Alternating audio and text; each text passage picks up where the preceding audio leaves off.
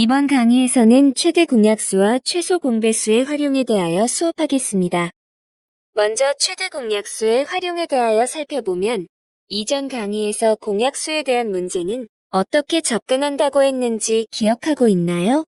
약수는 본래의 수보다 작아지는 경향이 있으므로 약수와 배수 문제에서 구하고자 하는 수가 주어진 수보다 작아지면 약수에 관한 문제라고 했었죠.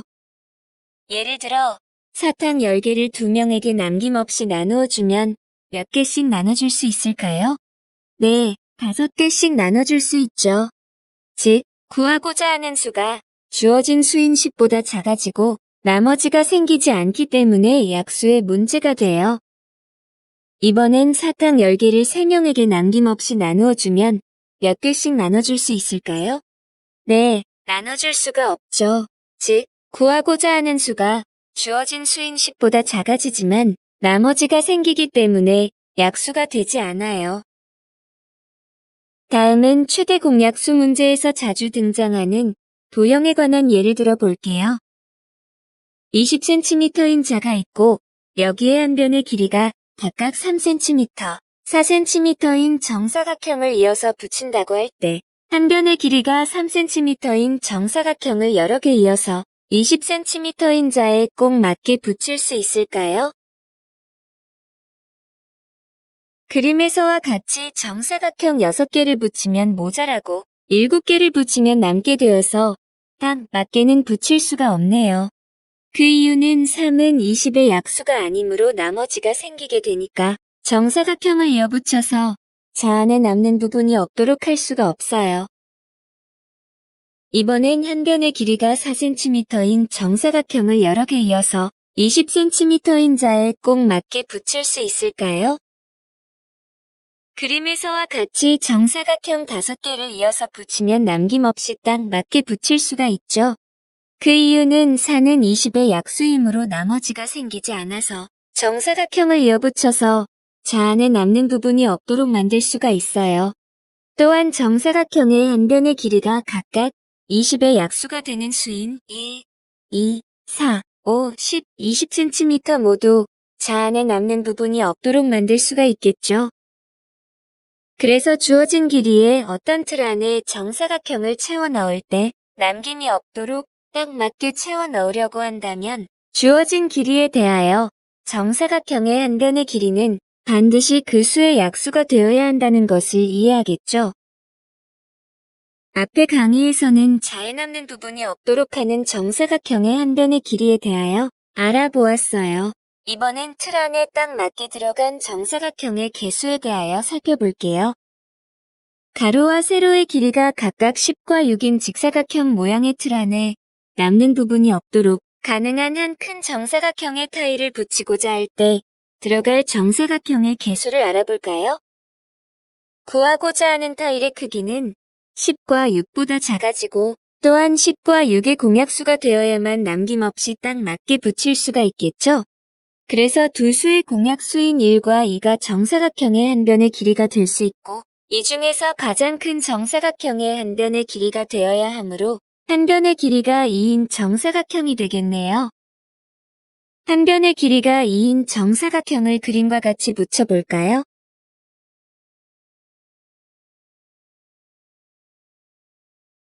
가로에는 5개씩, 세로에는 3개씩의 정사각형이 들어가네요. 그래서 필요한 타일의 개수는 이둘의 수를 곱한 5 곱하기 3이므로 15개의 정사각형이 들어갑니다. 이때 주의할 것은 일부의 학생들이 곱해야 할 수를 더하는 경우가 있어요. 즉, 5 더하기 3으로 해서 8개라고 답해서 틀려요. 이는 가로줄에 5개의 정사각형이 있고 세로줄에는 3개의 정사각형이 있는 그림으로 대부분 묘사가 되어서 착각을 일으켜요. 정사각형이 가로줄에는 5개씩 있고 이 5개가 세로줄에는 3줄이 있으므로 곱해야 하겠죠. 이를 정리하면 10과 6을 2로 나눈 몫이 각각 5와 3이 되고 각 숫자의 의미는 한 변의 길이가 2인 정사각형이 가로엔 5개, 세로엔 3개가 들어감을 나타냅니다. 그래서 최대 공약수에서는 화살표가 밑으로 이어지게 되므로 화살표 방향의 의미를 잘 기억해야 해요. 최소 공배수의 활용에 대하여 살펴보면 이전 강의에서 공배수에 대한 문제는 어떻게 접근한다고 했는지 기억하고 있나요? 배수는 본래의 수보다 커지는 경향이 있으므로 약수와 배수 문제에서 구하고자 하는 수가 주어진 수보다 커지게 되면 배수에 관한 문제라고 했었죠.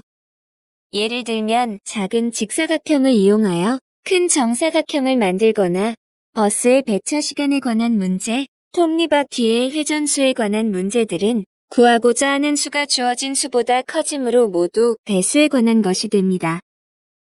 주어진 작은 직사각형을 이용하여 구하고자 하는 큰 정사각형을 남김없이 모두 채울 때 가로엔 몇 개의, 세로엔 몇 개의 작은 직사각형이 들어가겠죠.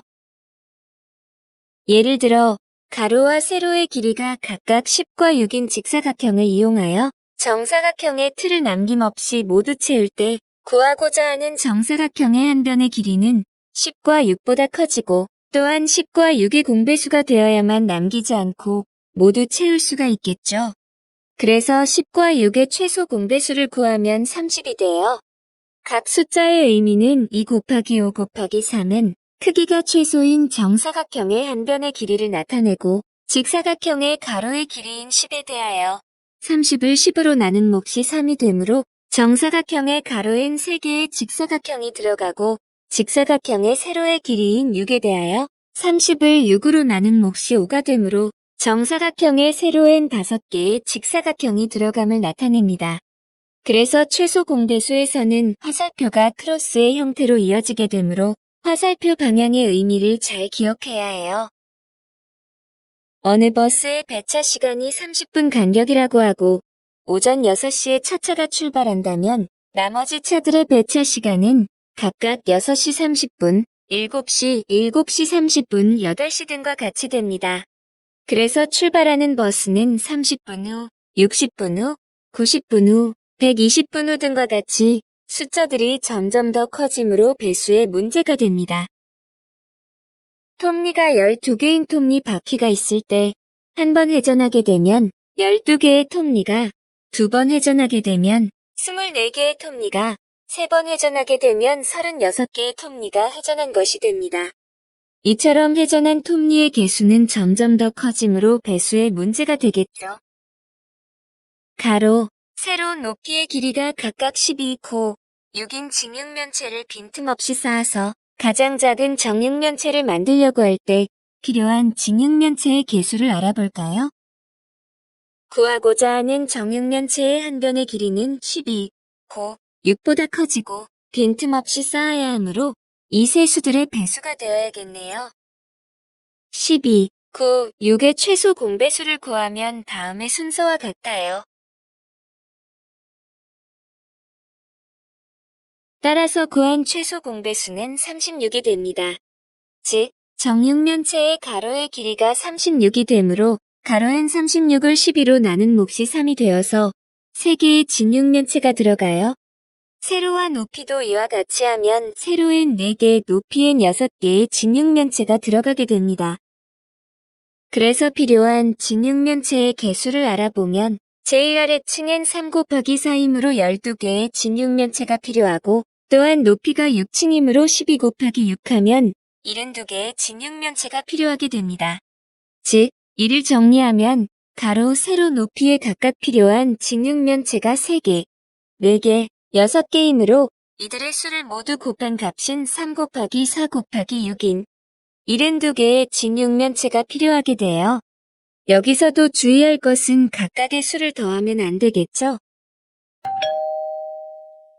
이번엔 자연수 나누기 자연수의 형태에서 최대 공약수나 최소 공배수를 이용한 문제를 다뤄볼게요. 이전의 강의 초등수학에서 알아야 할 필수 개념에서 다루었던 나눗셈의 포함제에 대한 내용입니다. 자연수 A, B에 대하여 A를 B로 나눌 때 몫은 곱하고 나머지를 더한다고 했었죠. 그래서 A는 B 곱하기 목 더하기 나머지의 꼴이 돼요. 이때 몫이 자연수가 되기 위해서는 나누는 대상인 A는 나누는 수인 B보다 커야 해요. 이를 정리하면 을 앞에 있는 수가 큰 값이 되고 요 앞에 있는 수가 작아져요. 그래서 구하고자 하는 어떤 자연수에 대하여 두 가지 형태의 문제가 나와요. 하나는 자연수 나누기 어떤 자연수이고 다른 하나는 어떤 자연수 나누기 자연수의 꼴이에요. 여기서 반드시 기억해야 할 것은 앞에 있는 나누는 대상이 뒤에 나오는 나누는 수보다 커야 된다는 거예요.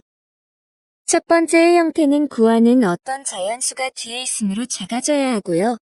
두 번째의 형태는 구하는 어떤 자연수가 앞에 있으므로 커져야 한다는 겁니다. 첫 번째의 예를 들어보면 어떤 자연수로 80을 나누면 2가 남는다 해서 어떤 자연수를 x라 하면 일부의 학생이 순서를 잘못 이해해서 x 나누기 80으로 하는 경우가 종종 있어요. 문제를 제대로 이해하기 위해 문장의 순서를 바꾸면 80을 어떤 자연수로 나누면 2가 남는다로 이해하면 이러한 실수를 하지 않을 거예요. 그래서 80 나누기 x 하면 몫이 생기고 나머지는 2가 된다는 의미예요. 두 번째 예를 들어보면 12로 나누어도 2가 남는다 해서 구하는 어떤 자연수라는 말이 아예 생략이 된 경우예요. 그래서 문제를 제대로 이해하기 위해서 고쳐보면 어떤 자연수를 12로 나누어도 2가 남는다로 이해하면 됩니다. 그래서 x 나누기 12에서 몫이 생기고 나머지는 2가 된다는 의미예요.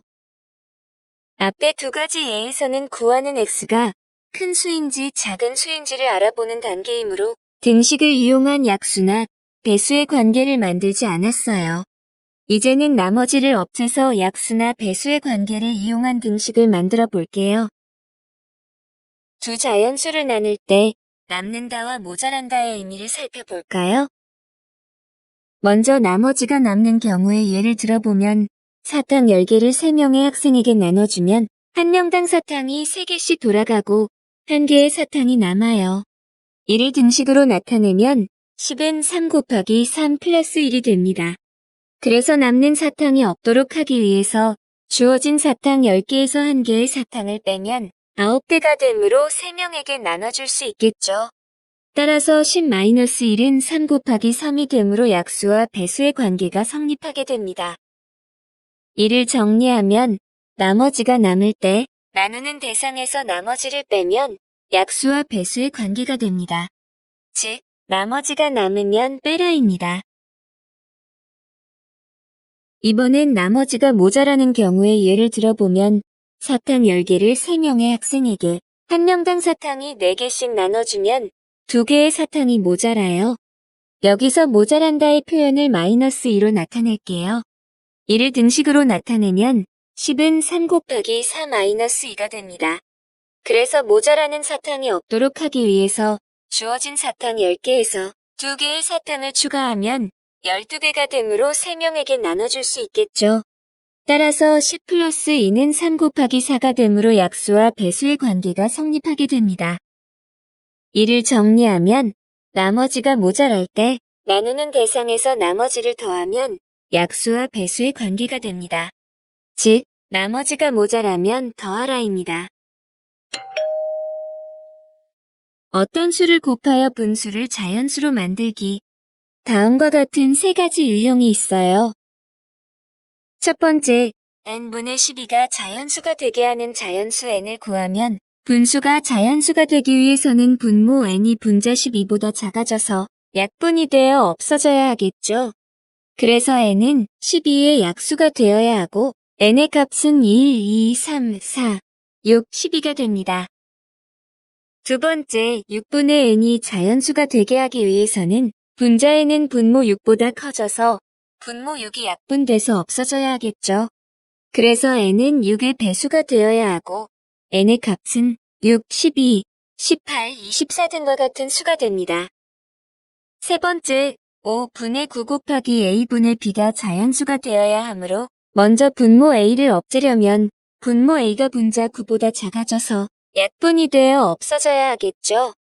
그래서 a는 9의 약수가 되어야 하고 a의 값은 1, 3, 9가 됩니다. 또한 분자 b는 분모 5보다 커져서 분모 5가 약분돼서 없어져야 하겠죠. 그래서 b는 5의 배수가 되어야 하고 b의 값은 5, 10, 15, 20 등과 같은 수가 됩니다. 최대 공약수와 최소 공배수의 관계. 최대 공약수는 Greatest Common Divisor로 줄여서 GCD라 해요. 최소 공배수는 Least Common Multiple로 줄여서 LCM이라 해요. 그래서 선생님이 간단히 최대 공약수는 G로, 최소 공배수는 L로 표시할게요. 대문자 A, B를 최대 공약수 G로 나눈 몫이 각각 소문자 A, B라 하면 여기서 A, B는 더 이상 나누어지지 않는 서로수가 되겠죠. 따라서 최소 공배수 L은 G 곱하기 A 곱하기 B가 돼요. 이때 대문자 A는 최대 공약수의 몫을 곱한 값이 되므로 대문자 A는 G 곱하기 소문자 A가 되고 마찬가지로 대문자 B는 G 곱하기 소문자 B가 됩니다. 여기서 최대 공약수와 최소 공배수의 중요한 성질이 나오게 되는데 대문자 A 곱하기 B는 바로 위의 관계식을 이용하면 G 곱하기 소문자 A 곱하기 G 곱하기 소문자 B가 됩니다. 여기서 최소 공배수 L이 G 곱하기 소문자 A 곱하기 소문자 B가 되므로 L 곱하기 G의 형태로 나타낼 수 있어요. 이를 정리하면 대문자 A 곱하기 B는 L 곱하기 G가 됩니다. 즉, 두 자연수를 곱한 값은 두 수의 최소 공배수와 최대 공약수의 곱과 같다는 것입니다.